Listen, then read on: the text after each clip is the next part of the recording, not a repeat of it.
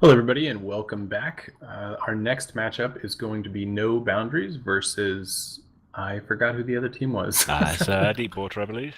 Yeah, it is Deepwater. That's my bad. I was thinking about Warlords not showing up earlier. Well, anyway, for No Boundaries team, we have Varger, Triple Sleipnir, Triple Harpy, Triple Rifter. That's what they brought. And for Deepwater, interesting little team. We've got a Scimitar, Sleipnir, 3 Ishtars, 3 Flycatchers, and 2 Hawks. Light missiles are the most Flycatchers and Hawks with a missile velocity bonus. All those ships have got a lot of range. Those Flycatchers, though, against those Vargas, going to be tricky for them. They've got quite high SIGs being destroyers. That Varga's probably going to be able to track them reasonably well, so I think we have trouble surviving, but that team's going to apply a lot of damage to those small ships from a lot of range. Yeah, and we're about to kick it off. I'm going to expect that Varger to either start blapping flycatchers or start blapping Ishtars. With Logic being on the field, the flycatchers would probably be a better target early on. Yeah, I'm saying I'd expect to see some flycatchers dropping pretty quickly. We are seeing the match underway, a lot of light missiles flying across that field. Vivaga, as we kind of expected, isn't really moving yet. Oh no, sorry, Vivaga is actually moving, so he's not in Bastion, he's closing a bit of range. He might actually be slightly out of range at the start of this. Yeah, that wouldn't be good. And it looks like the Rifters are going to be going down pretty quick. Being a Tech 1 frigate, they're really just there for tackle to try and hold stuff down, probably for the Sleipnirs and the Varger to get DPS on, so not a bad target call there. We'll see how far this Varger goes until he decides to get into Bastion mode. Yeah, I think what we might as well see a micro jump here. Wouldn't be at all surprised the range is out, and the fact he doesn't appear to be micro warping at any sort of speed. But those Hawks, those flycatchers, they're going to clear out those Rifters, and probably those Harpies very quickly. Yeah, definitely so. It'd be interesting to see if the Harpies can get on top of some of the flycatchers to get some tackle down on top of them. It looks like that Varger is going to MJD right in, but now we can see some damage coming onto the Scimitar. Yeah, I expect that Varga will be applying damage very soon. Once he's in there, he's close to those autocannons. He is going to track pretty well. He's probably going to start dropping those Ishtars as they are a lot of damage on there. But we're going to see a lot of his support taken out very quickly. Definitely so. It looks like that Scimitar is just going to pop right there, and then Damage is going to switch over to an Ishtar.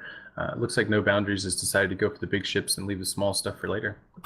Yeah, I think that ability of these Marauders to micro jump in, hit the Bastion, and be very close to those logistics, so they can't run away. They don't even have the option.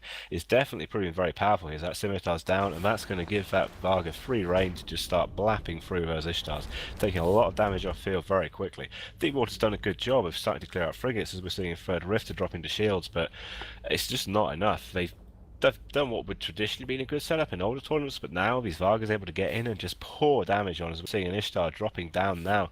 It's just not enough. Yeah, definitely. And it's interesting to me that I'm not seeing a lot of webs coming onto the Deepwater team, but that Varger is still hitting so incredibly hard. He's having no problem tracking, no problem hitting whatever he wants, even though webs aren't really being applied that much.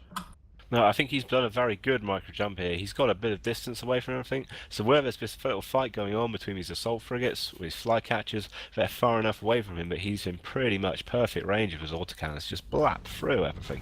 And we're seeing 2 Ishtars down, a third one's not going to last much longer, and still no any real damage applies to No Boundaries team now. After those 2 Rifters, losing those Ishtars, they haven't got any damage left, it seems. I would really expect, especially those flycatchers with light missiles, they should be able to drop the rest of these frigates very, very easily. But it actually looks like they're trying to apply damage to a Sleipnir, and with their ever reducing damage, it's just not going to be enough. Yeah, trying to get the freedom of movement. It's obvious you're going to be a kite team if you're running LML flycatchers and you have Ishtar that's shield fit and ready to run around and just drop drones. Really getting that tackle off the field is going to be a super important thing. And as you can see, if you're not doing that, you're just getting grabbed down and then beat to death by AFs, and the Vargers taking care of your big ships.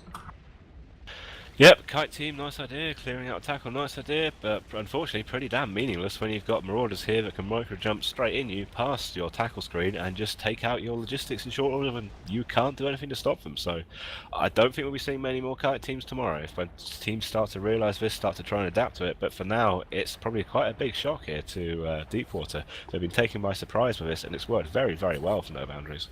Absolutely so. And even that Varger, I mean, he's not the soul of the team. There is a triple Sleipnir setup running right behind him as well, and those are applying incredible damage right behind that Varger with the super tank and the ability to just pinpoint logistics and drop it down, or pinpoint any major threat really and drop it down without being able to be ECM'd. Yeah, it's a good point. We haven't really even mentioned those Sleipnirs very much. That does look like, I say, a very, very strong team. I wouldn't be surprised if we start seeing more of these teams without the logistics, with these very heavy tank ships, these battle cruisers, some marauders, enough that they can just jump in, especially microjump, kill an enemy logistics, and then they've got a massive advantage with these local tanks. Absolutely so, and you can see just having the couple of Tech 1 Rippers at the beginning that died right away. I think their sole purpose was just to get initial tackle on the logistics, just enough time for that Vargur to be aligned and ready to micro jump right when he needed to land on top of it. So they were completely throwaway. Just get him, turn his MWD off so that he's not doesn't have the opportunity to burn straight away and keep burning away. Throw away Tech 1 frigates, just grab him, and then the Vargur can land right on top of him. Once the Logi's down, you just do your best to make sure that everybody else's transversal is low, and that Vargur positioning was perfect. I mean, he landed right off of the side of the fight, ability to kill the logistics right there, and then still be able to apply damage to everything else. Yeah, I think that is probably a very good point. We did see at the start, he was just sat there, he waited, he didn't activate his micro jump, he didn't move immediately. So I think you're completely right, he was just waiting for that tackle, jump in, logistics down, and then nothing they could do to stop it. Yeah, and the point sacrifice there is okay. So I'm gonna bring more Sleepners, great support to Vargur, and I need to bring Tech 1 frigates rather than Tech 2 AFs, a couple of Tech 1 frigates rather than a full bank of AFs behind it. But really, if you just throw away for the Vargur, then it doesn't matter at that point. Yeah, I completely agree. And that team, so strong. What do you shoot first? You shoot the Sleipnirs with their own strong local tanks. You shoot the Varga with its local tank. That is, I think, going to be a very, very strong team. And I think we'll see quite a few variants of this moving tomorrow. Yeah, absolutely. It'd be interesting to see a couple of teams that are mirror matched in what their AF choices are and who can break who. Yeah, I think you're right. And that's it. That is the match over. No boundaries. Take this one in a convincing win and a strong setup.